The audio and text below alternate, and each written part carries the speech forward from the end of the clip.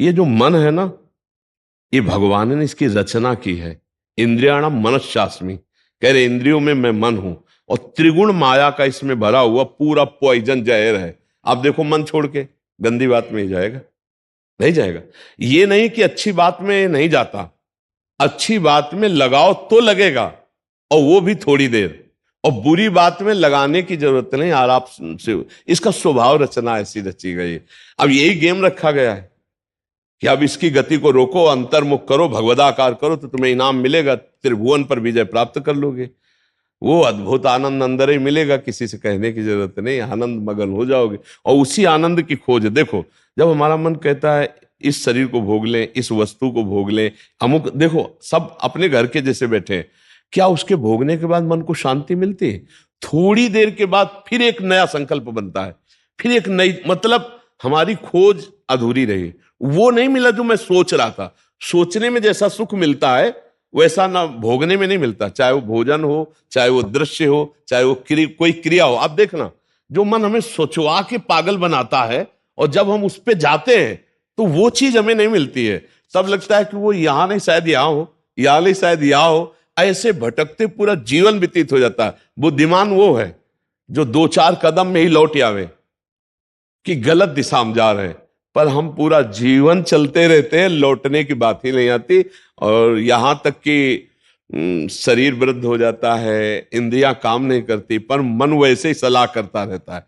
फिर भी नहीं सोच पाता कि चलो अब हुआ पूरा जीवन की शाम, अब तो राधा राधा जब कर अपना काम बना ले। लेकिन नहीं, बूढ़ा है फिर भी शराब पीता है, बूढ़ा है फिर भी गंदी बातें देखता है, बूढ़ा है फिर भी गंदी चेष्टाएं करता है, बूढ़ा है फिर भी नहीं सोच रहा कि मुझे मरना है और भगवत प्राप्ति का अब की उपाय कर लूं, इतना जीवन रह गया। ये क्या है? ये मन का केवल खेल है। वो अपने मन के गेम में फंस गया, निकल नहीं पा रहा है। अच्छा, इसमें ये हो कि चलो मन सुखी रहेगा, तो भी नहीं। आप जितना गलत करते जाओगे उतना वो नकारात्मक सोचे पैदा करता चला जाएगा, और उसका परिणाम यह आएगा कि आपको डिप्रेशन में पहुंचा देगा। मतलब किसी भी तरह से ये चैन नहीं लेने देगा। तो इसको लाना तो भगवान की शरण में पड़ेगा, तभी शांति मिलेगी, तभी सुख। बहुत गंदा, बहुत गंदा, बहुत नीच है ये, और ये बहुत उत्तम है। ये अगर सही रास्ते को पा जाए तो दूसरे के लिए अपने प्राण दे सकता है, परहित के लिए अपने प्राण दे सकता है, ये भगवान से मिला सकता है, ये सब सुख दे सकता है। बस इसको गलत ढंग से जो प्रयोग होना शुरू हुआ है, इसका ये बंद कर दे, वही बहादुर है। देखो, विरक्त मार्ग एक अलग होता है, लेकिन गृहस्थी में तो एक धर्मपूर्वक विषय सेवन की मर्यादा है ना। तो आप धर्मपूर्वक देख लो। अगर आपको अपनी पत्नी में, अपने पति में सुख नहीं मिला तो विश्व में कहीं सुख नहीं मिलेगा, क्योंकि है नहीं। तो आपको सीमित हो जाना चाहिए ना, लेकिन ऐसा नहीं होता। हम धर्म विरुद्ध बढ़ते चले जाते हैं, जो हमारा पाप बनता जाता है और हम क्लेशित होते जाते हैं। इसलिए हमें लगता है बहुत अच्छे अभी सत्संग के प्रभाव पड़ रहे हैं, तो हम निकल चलें गंदी बातों से, हम निकल चलें इस माया के फसाव से। नहीं तो धोखा ही धोखा, पूरी जिंदगी व्यतीत हो जाती है।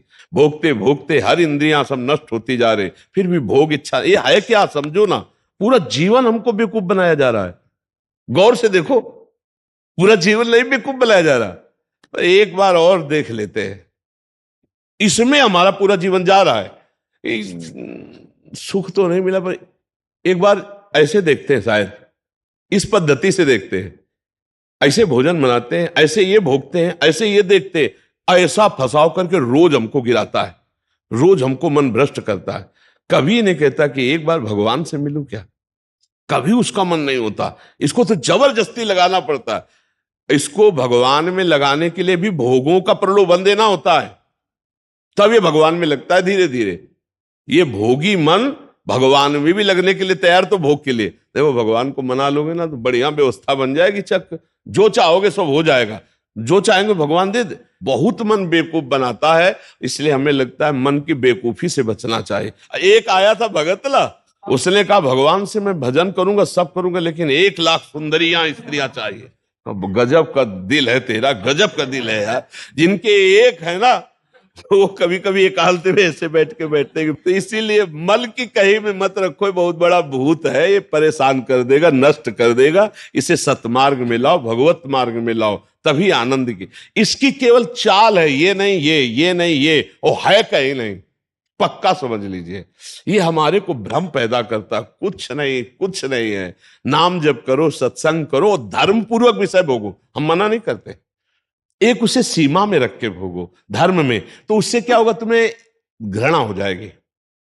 धर्म पूर्वक विषय भोगने से घृणा हो जाती है कि यार, और जो ये व्यसन करके और फिर इधर उधर मन, तो पाप के कारण बुद्धि ठीक निर्णय नहीं देती और बुढ़ापे तक पापाचरण, फिर दुर्गति को प्राप्त होते हैं। अभी समय है, अभी मन को समझा लो, मन को समझ, यही 5 भोग हैं, शब्द, स्पर्श, रूप, रस, गंध, इसी में मनुष्य फंसा है और इन्हीं भोगों से हमारी दुर्गति हो जाती है।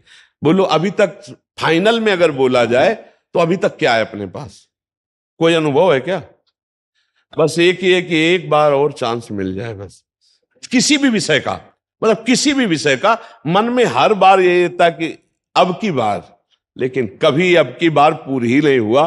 तो इसको रोकना जरूरी है कि भजन, साधन, धर्म पूर्वक विषय सेवन और समाज की सेवा।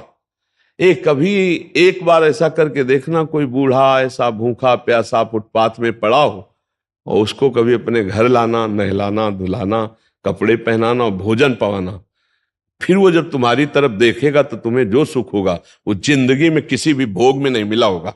आप लिख लेना हमारी बात।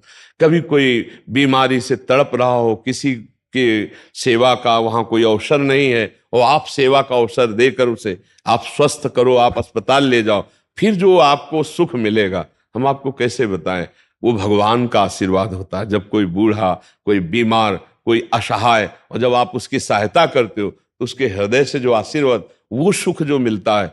जैसे हम आपको एक दिन करके देखना, तुम अपना भोजन बढ़िया जो है, कोई ऐसे भूखे को खवा देना जो भूखा बैठा हो, और ऐसे जल्दी जल्दी, और आप देखो उसको पाते हुए, और उस दिन आप वो भोजन ना पाओ, उसे पवा दो, तो आपको जो सुख मिलेगा वो 56 प्रकार के भोग पाने में भी कभी सुख नहीं मिला होगा।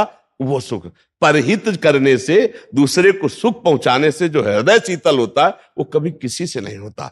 इसलिए मानव जीवन के लिए मन को थोड़ा विरुद्ध जो चलने वाला है उसके विरुद्ध आप बनो, उसे सतमार्ग में लगाओ। अब देखो आजकल ऐसी बुद्धि बिगड़ गई कि अपने पूज्य माता पिता को ही बच्चे दुख दे रहे हैं, डंडा थप्पड़ मारना। क्या यार, आज के जवान अपने माता पिता के साथ ऐसा व्यवहार करते हैं। अगर थोड़ा भी अध्यात्म से जुड़े होते तो मुझे लगता है शायद ऐसा नहीं करते, नहीं ना। धर्म से जुड़े होते, अध्यात्म से जुड़े होते, ऐसे माता पिता तो भगवान होते हैं।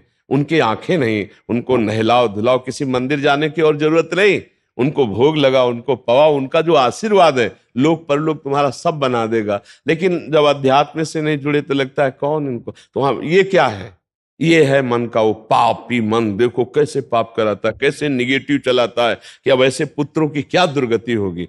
तो कभी अगर ऐसा अवसर किसी को मिले कि कोई फुटपाथ में ऐसे तड़प रहा हो, तो आपको जरूर लगेगा कि काहे को बोझा ले, लेकिन आप उसका अगर बोझा ले लिए तो भगवान तुम्हारा बोझा ले लेंगे। जन्म जन्मांतरों के पाप नष्ट हो जाते हैं जब ऐसे दीन दुखी आशीर्वाद देते ना, उसे भगवान का आशीर्वाद समझना। और जब माता पिता अंदर से साप देते ना कि भोगोगे, तो फिर भगवान भी नहीं टाल पाते, फिर भोगना पड़ता है। इसलिए धर्म से चलो, किसी का अपराध मत करो, गंदी बातों में मन को न जाने दो, खूब नाम जप करो, यही मनुष्य जीवन का लाभ लो। मनुष्य जीवन एक दिव्य जीवन है, इसका एक दिव्यता का लाभ है। यार देखो, अगर हम ना चाहे तो पूरी बाजार से निकल जाए कोई सामान, दुकान की आके हमारी लिपट थोड़ी जाती है। हम जहाँ खड़े होंगे, जहाँ खरीदेंगे, वही जो वस्तु हमें मिलेगी। तो अगर हम निश्चय कर लिया कि मुझे मांस नहीं खाना, मुझे शराब नहीं पीना, मुझे पराई माता बहनों की तरफ गंदी दृष्टि नहीं करनी, तो मुझे कौन गिरा देगा? आप सोचो, हमारे निश्चय में कमजोरी, तभी हम डरते हैं कि कहीं गिर ना जाए। ऐसे कैसे? हाँ, कुछ कमियां ऐसी होती हैं जिससे अहंकार का नाश किया जाता है। जैसे आवाज आता है ना कि हम जितेंद्री, हम ऐसे हम ऐसे, और भगवान को अहंकार पसंद नहीं तो छोड़ देते हैं। देखो जितेंद्रियता करके, तब जब रोता है कि प्रभु मैं तो नीच किसी काबिल नहीं, तब भगवान फिर उठा लेते हैं। नाम जब करो तब मजबूत ब्रेक लग जाएगी। कोई कैसे गिरा सकता है? कैसे गिरा सकता है? नहीं गिरा सकता। बात मान ली, बस हो गया, हो गया। बात मानने से होता है। देखो, हमारी बात ना मानो, कंठी बंधवा लो, तिलक लगा लो, सब कर लो, कल्याण नहीं होगा। हमारी बात मान लो, कल्याण हो जाएगा। बात मानने का चेला होता है ये कोई सांसारिक थोड़ी कि भैया जैसे सांसारिक संबंध होते हैं ऐसे गुरु शिष्य का संबंध आज्ञा पालन से होता है। गलत नहीं करूंगा, जैसा कहोगे वैसा चलूंगा। अब आपने कह दिया, अब ये नाम जप करूंगा, बस हो गई बात। बात यह है कि हमको अब महत्व तो कर लेना है। अरे बोले ऐसे कह दिया था सिया राम राम राम जपो, तो गुरु मंत्र तो मिला नहीं। तो कभी गुरु मंत्र मिल भी जाएगा तो लाभ नहीं मिल पाएगा, क्योंकि आपको संत वचन गुरु के वचन पर विश्वास ही नहीं हुआ।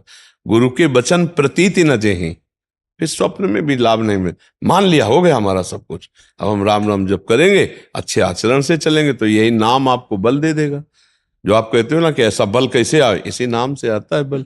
माया पर जीतने का जो बल है वो भगवान की कृपा से, उनके नाम बल से आता है।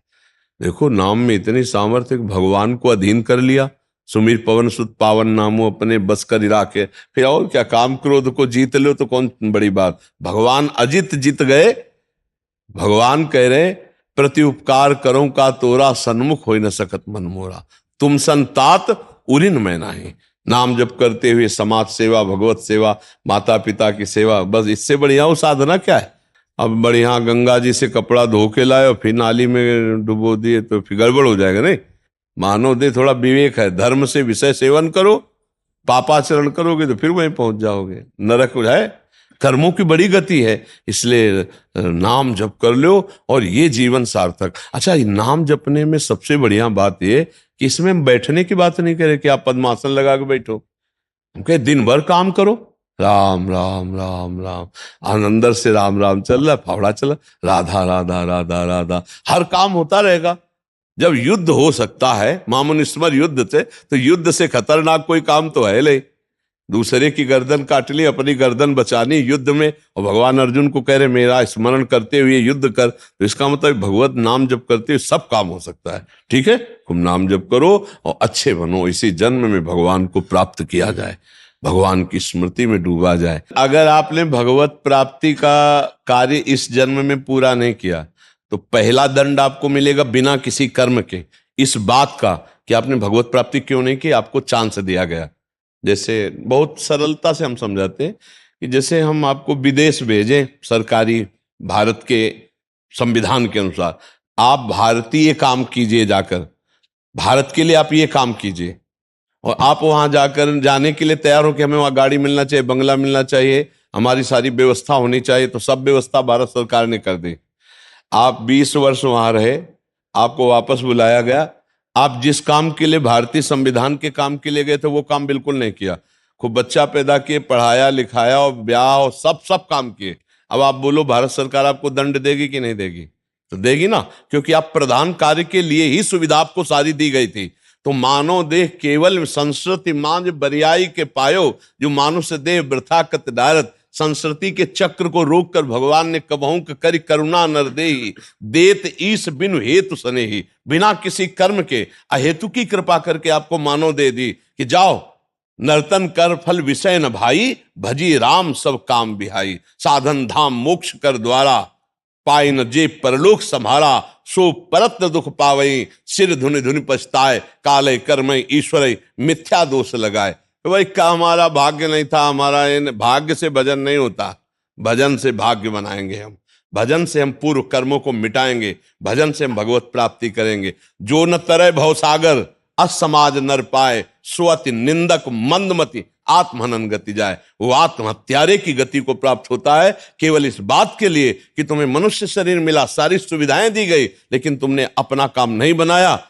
83,99,999 योनियों में कोई एक भी ऐसी योनि नहीं जिससे हम भगवत प्राप्ति कर सकते, केवल ये मानव देह थी, और उसको तुमने विषय सेवन में प्रपंच में नष्ट किया, तुम विशेष दंड के पात्र हो। कृपा हुई और तुमने उस कृपा को ठुकराया, अब भोगो अन्य योनियों में। अब पता नहीं फिर किस कल्प में भगवान की कृपा होगी और मुझे मनुष्य शरीर में, इसलिए मुझे इस जन्म में भगवत प्राप्ति करनी ही करनी है, इस पे हमें छूट नहीं रखनी। अब भगवत प्राप्ति किसे कहते हैं समझना तो पड़ेगा ना, कि भगवत प्राप्ति किसे कहते हैं। मोक्ष को तो समझे, तो मोक्ष ऐसे थोड़ी होता, उसके लिए साधना बहुत कठिन साधना है। स्थूल सूक्ष्म कारण तीनों शरीरों का राग त्याग करके स्मृति उसकी, इसकी स्मृति का भी त्याग हो जाए, तब वो अपने स्वरूप में स्थित होता है। बड़ा कठिन, ज्ञान के पंथ कृपान के धारा, और परत खगेश लगे निवारा। अब इसको सरल सहज भाव में ले लो। जिसकी अखंड स्मृति भगवान की होती है वही मुक्त पुरुष है और वही भगवत प्राप्त पुरुष है। हर समय तुम्हारी याद में भगवान का नाम चलता रहे। राम कृष्ण हरि जो नाम प्रियो, अपने तो वृंदावनवासी राधा राधा रटते। हर समय नाम चिंतन करते रहो। तुम मोक्ष चाहोगे तो मोक्ष मिल जाएगा, भगवत प्राप्ति चाहोगे तो भगवत प्राप्ति हो जाएगी। भगवत प्राप्ति का मतलब होता है भगवान को जिस भाव से, स्वामी भाव, सखा भाव, जिस भाव से वो प्राप्त हो जाए। और अच्छा, इसमें है कि गिरने का भय नहीं। हम राधा राधा जपते हुए किसानी कर रहे हैं, राधा राधा जपते करते नौकरी कर रहे हैं, राधा राधा जपते हुए संसार के सब कार्य कर रहे हैं, तो हमको संसार के कार्य भी हो जाएंगे और भगवत प्राप्ति भी हो जाएगी। अच्छा, मिथ्या भाव हमारे यहाँ लगाना नहीं, भगवत भाव लगाना है। सब में भगवान है, तो हम जिससे मिलते हैं उनके हृदय में भगवान है, हम ऐसे बर्ताव करते हैं। चाहे पुत्र हो चाहे पत्नी हो, नाथ सकल संपदा तुम्हारी, मैं सेवक समेत सुतनारी। बहुत सरलता से निपट गए संसार से, बहुत सरलता। पर भजन नहीं किया तो दंड मिलेगा, क्योंकि सरकार ने भेजा है यहां सरकारी काम करने के लिए, भगवत प्राप्ति के लिए। अब अगर चूक हो गई तो फिर गड़बड़ हो जाएगा। अच्छा देखो, तुम्हें तो कुछ गड़बड़ होना है नहीं, तुम तो अविनाशी भगवान के जन हो, अविनाशी स्वरूप है ना अपना सबका। लेकिन जैसे स्वप्न में लाठी चलती है, कुछ नहीं होता है, पर पीड़ा होती कि नहीं होती स्वप्न के समय। स्वप्न के समय अगर लाठी चलावे तो वैसे लगती है, नहीं। स्वप्न में अगर हम डूब रहे हैं तो वैसे डूब रहे। स्वप्न में अगर पिटाई शुरू है या कोई गला काटने जा रहा तो वैसे भय लग रहा है, और है कुछ नहीं, तो दंड तो भोगना पड़ेगा ना। ऐसे ही जागृत में है, ऐसे ही नरक आदि में है। अविनाशी आत्मा को कोई कष्ट थोड़ी होता है, पर जब तक ये बोध नहीं होगा तब तक तो भोगना ही पड़ता है ना। देखो, स्थूल देह सैया में पड़ी होती और स्वप्न में हम देख रहे हैं कि हम समुद्र में डूब रहे हैं।